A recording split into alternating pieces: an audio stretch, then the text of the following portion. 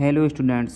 पिछली 4 क्लासों में हमने समुच्चय को पढ़ रहे हैं, पिछली 4 क्लासों से, जिसमें हमने पहली क्लास में उदाहरण 1 और उदाहरण 2, दूसरी क्लास में उदाहरण 3, उदाहरण 4 और उदाहरण 5 और तीसरी क्लास में पढ़ा था हमने इसका प्रश्नावली 1.1 का पहला क्वेश्चन, दूसरा क्वेश्चन, तीसरा क्वेश्चन। चौथी क्लास में चौथा क्वेश्चन पढ़ा था अकेला, क्योंकि चौथा क्वेश्चन थोड़ा सा टफ था उनकी अपेक्षा।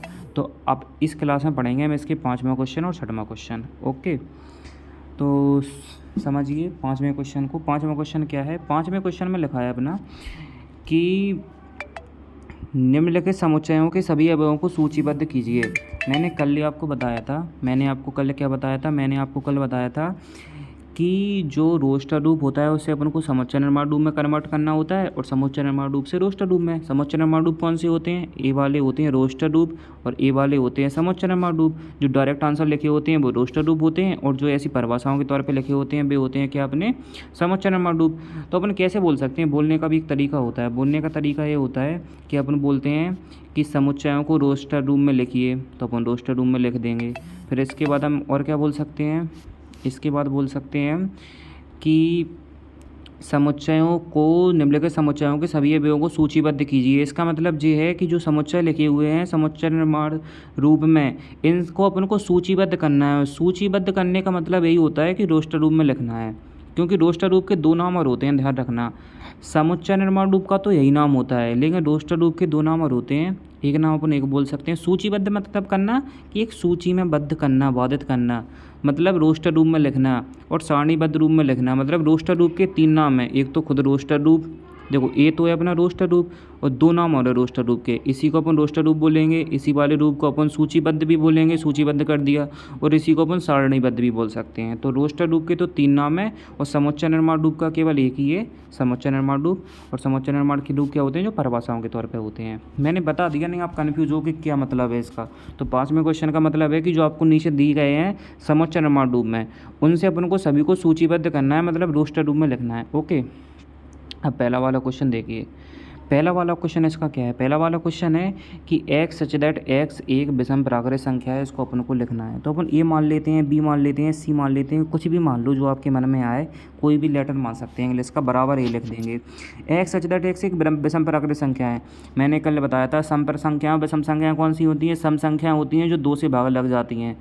लेकिन इन्होंने कहा विषम प्राकृत संख्या है, तो सम प्राकृत संख्या कौन सी होंगी? 2, 4, 6, 8, 10, 12, 14, 16, 18।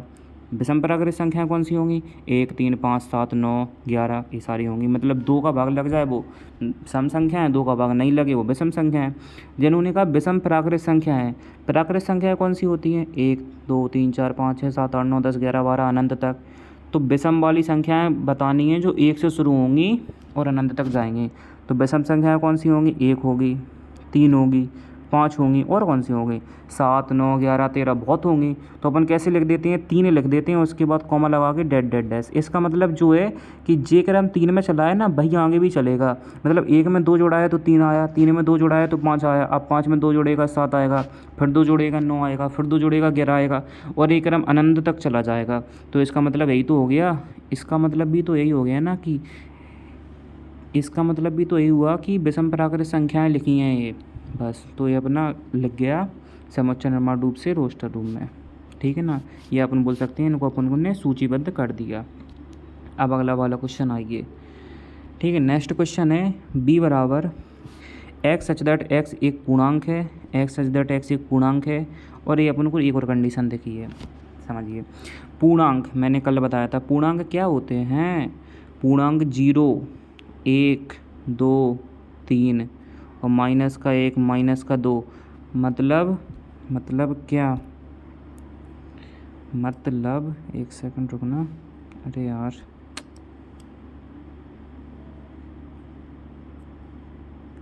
अरे क्या हो रहा है यार, एक सेकंड रुक जाओ।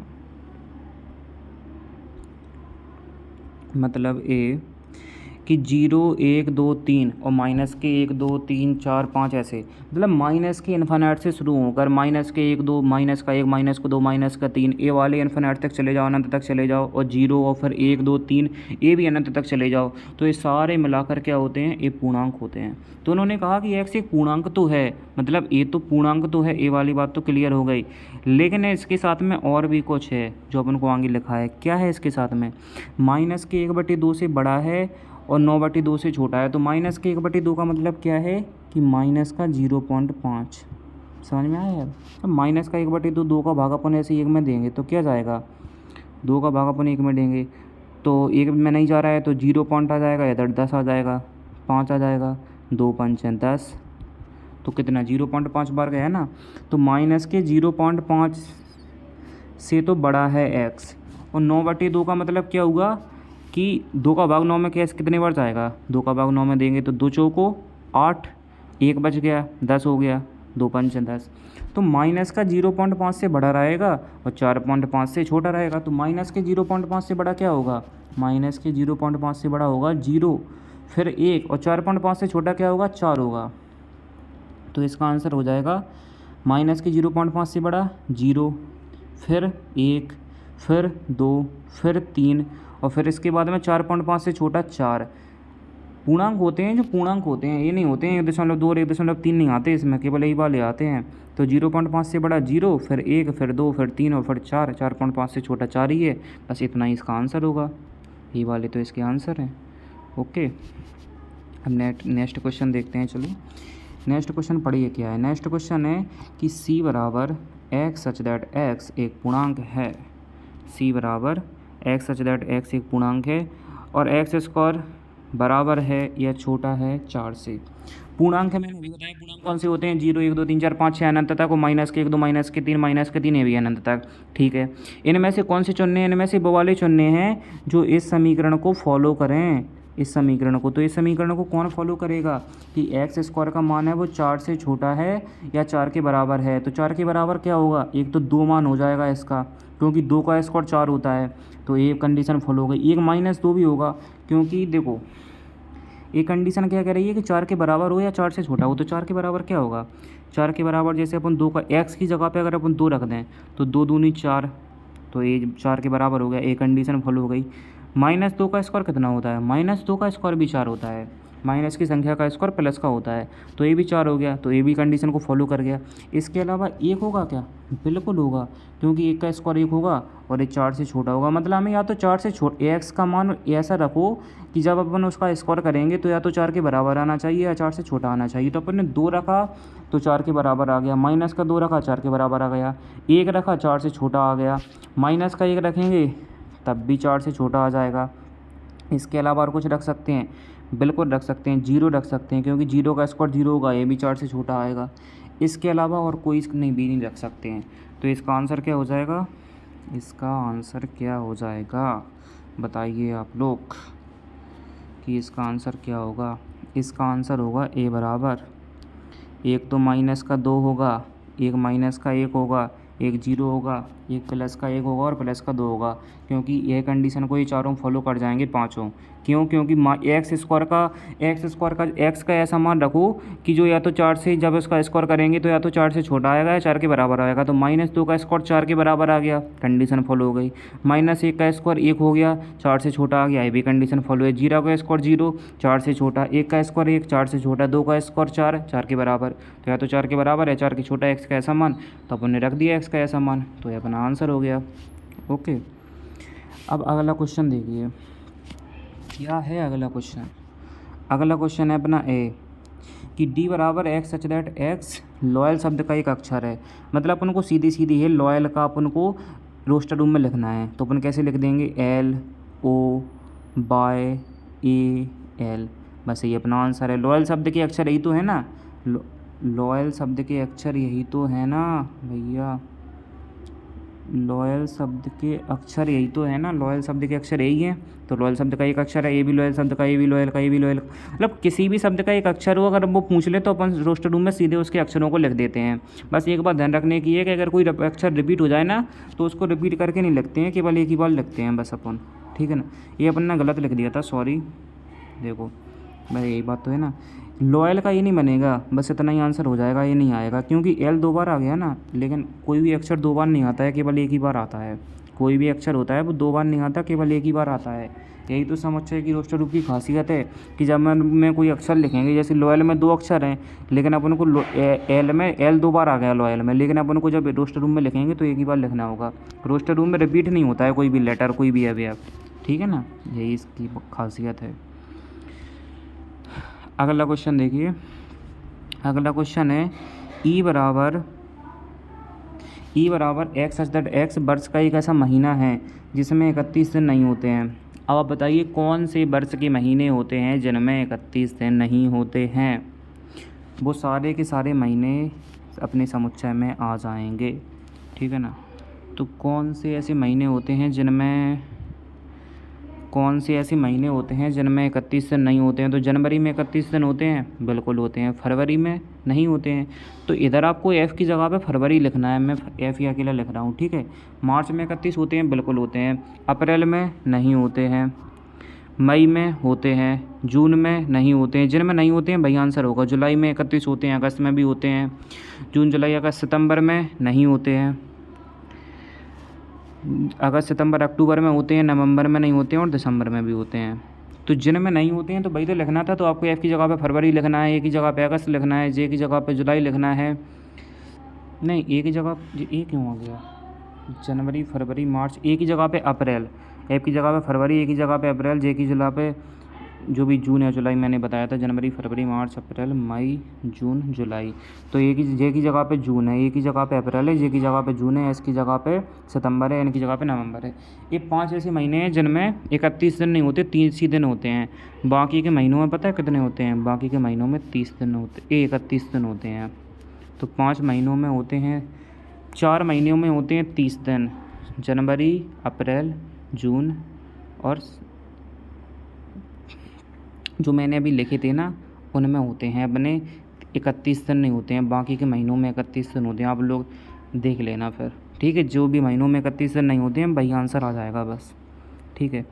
एफ बराबर एक्स सच दैट एक्स अंग्रेजी वर्णमाला का एक व्यंजन है। अंग्रेजी वर्णमाला में कौन कौन से व्यंजन होते हैं, ए ई आई ओ यू, ये स्वर होते हैं। इनके अलावा जो 31 बच जाते हैं वो व्यंजन होते हैं।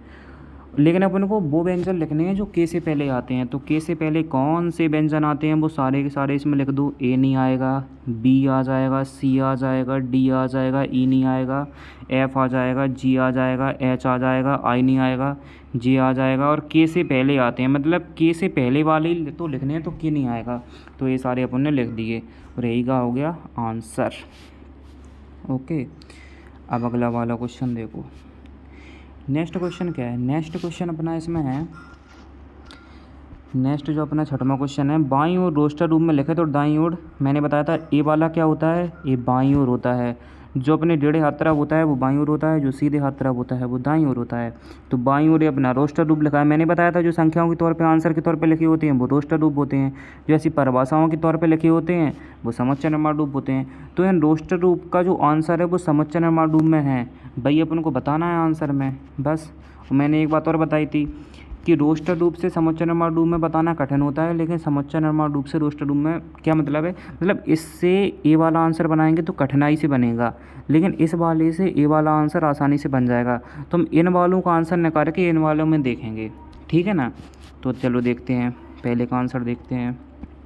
पहला देखिए, पहला ही लिखा है, पहला लिखा है अपना इसमें कि एक्स सच दैट एक्स एक अभाज्य संख्या है। अभाज्य संख्या मैंने कल बताई थी, कौन सी होती है अभाज्य संख्या, अभाज्य संख्या वो होती हैं जिनमें एक का भाग जाता है और स्वयं का भाग जाता है। जैसे एक तो ना तो अभाज्य होती है ना भाज्य होती है, ठीक है। 2 में सिर्फ 2 का ही भाग जाएगा, एक का तो सब में ही जाएगा, एक का तो देखो सब में ही भाग जाता है, 1 दूनी 2, 1 तिया 3, 1 चौको 4 सब में ही जाएगा।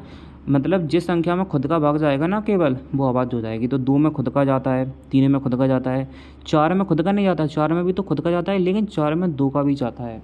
मतलब जिस संख्या में खुद का जाए केवल और केवल वो अभाज्य है, और खुद के अलावा किसी और संख्या का चला जाए वो भाज्य हो जाएगी। तो 4 में 2 का और चला गया खुद के अलावा तो वो अभाज्य नहीं होगी, वो भाज्य होगी।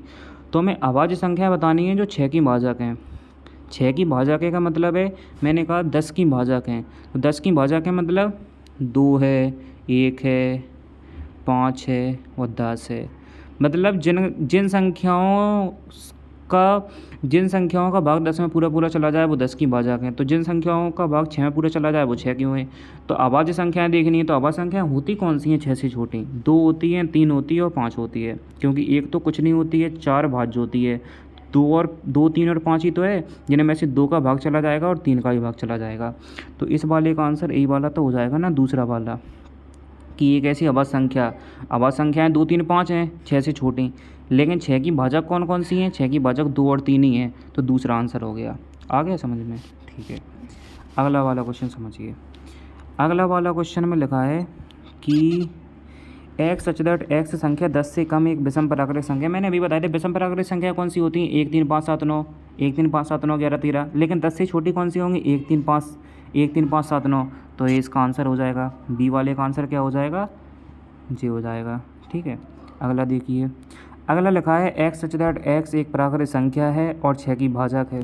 मतलब प्राकृतिक संख्या 1, 2, 3, 4, 5, 6, 7, 8, 9 और 6 की भाजक है, मतलब 6 का भाग चला जाए जिनमें। तो 6 का में किस किस का भाग जाएगा? 6 में ए का भी भाग जाएगा। देखो इस वाले सवाल में क्या था कि अभाज्य संख्या देखनी थी, तो अभाज्य संख्या कौन सी थी?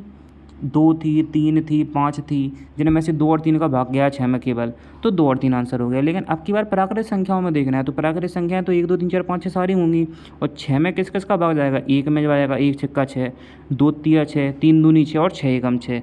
तो इसका आंसर क्या हो जाएगा? ए वाला हो जाएगा, 1, 2, 3, 6।